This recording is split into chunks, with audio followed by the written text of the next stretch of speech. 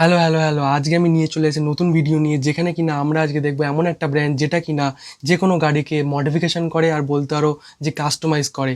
আর এই কোম্পানিটা হচ্ছে একটা জার্মান কোম্পানি, এবং এই কোম্পানিটা তৈরি হয়েছিল 1977 সালে। এই কোম্পানিটার নাম হচ্ছে ব্রাভাস। ব্রাভাস হয়তো অনেকেই তোমরা শুনেছো বা অনেক জায়গাতেই তোমরা দেখেছো, যেরকম ইউটিউবে তোমরা হয়তো দেখতে পারো।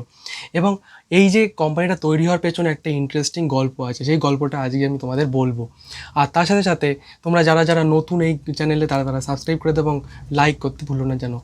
এই ব্রাভাস কোম্পানি হলো একটা অটো টিউনিং বা বলতে পারো যে একটা automobile after market tuning company. এবং এই ব্রাভাস কোম্পানি যে গাড়িগুলোকে মডিফাই করার জন্য বিখ্যাত, সেগুলো হলো মার্সিডিজ বেঞ্জ, মার্সিডিজ মেব্যাক, আদার ভেহিকলস লাইক পোর্শে, এবং জি ওয়াগন আছে। আর তার সাথে সাথে আমাদের ল্যান্ড রোভার বা রেঞ্জ রোভার, এগুলো কিন্তু এরা মডিফাই করে এবং তাদের মতো করে কিন্তু বানায়।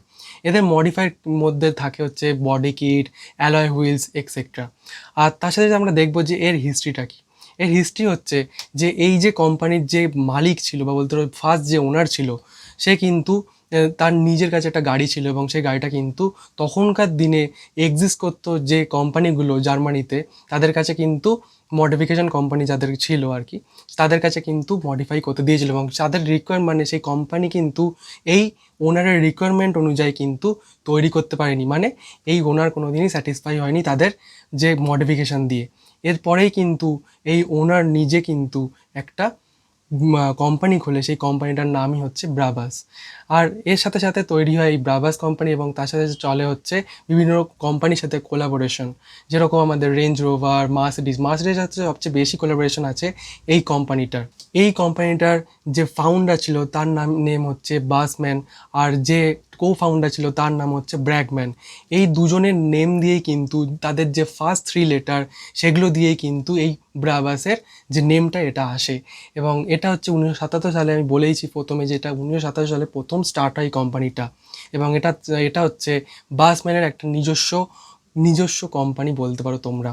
এই কোম্পানিটা মেনলি যে জিনিসের ওপর বেশি ফোকাস করতো, সেটা হচ্ছে এদের ইঞ্জিন টিউনিংয়ের ওপর। কারণ ইঞ্জিনের মধ্যে, যে কোনো গাড়িতে ইঞ্জিনের মধ্যে একটা লিমিট থাকে, স্পিড লিমিট।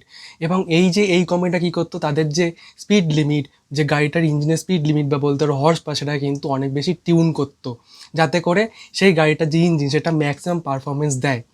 এবং সেদিক থেকে কিন্তু এই কোম্পানিটা অনেক বেশি বিখ্যাত ছিল। আর এটা হচ্ছে ওদের মেন ফোকাস ছিল পুরো গাড়িটার মধ্যে। আর তার সাথে সাথে এরা কসমেটিক চেঞ্জেসও করতো, কসমেটিক কাস্টমাইজেশনও করতো, যেরকম বডি কিট, তারপরে স্পয়লার, তারপরে ধরে নাও যে কার্বন ফাইবার স্প্লিটার, তারপরে ধরে নাও যে আমাদের রেসিং এক্সহস্ট। এবং তার সাথে সাথে তোমরা দেখবে যে এখনকার দিনে যে জি ওয়াগনগুলো, সেগুলোর মধ্যে কিন্তু কার্বন ফাইবার ইউজ করছে, এবং পোর্শেগুলোর মধ্যে কার্বন ফাইবার ইউজ করছে, সেগুলো কিন্তু তোমরা ইউটিউবে দেখতে পারো।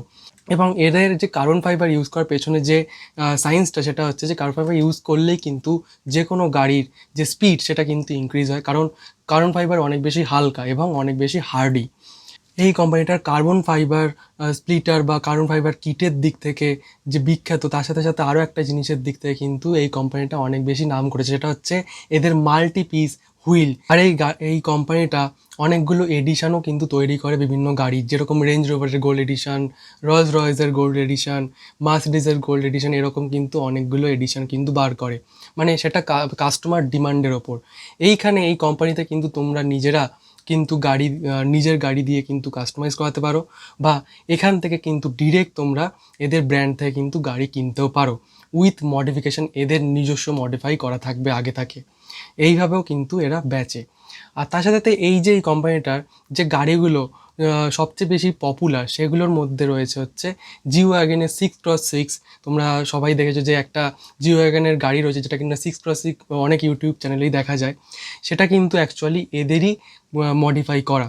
আর এই কোম্পানিটা সবচেয়ে বেশি যে গাড়িটাকে মডিফিকেশন করেছে, সেটা হচ্ছে আমাদের জি ওয়াগন, মার্সিডিজের জি ওয়াগন। তার মানে বুঝতে হবে যে মার্সিডিজের সাথে নিশ্চয়ই এদের কোনো কোলাবোরেশন রয়েছে, তার জন্যই কিন্তু। আর এদের যে পপুলার গাড়িগুলো, সে আরগুলো হচ্ছে ব্রাভাস জি ক্রলার, ব্রাভাস 900 V12, এটার মধ্যে একটা V12 ইঞ্জিন লাগানো আছে।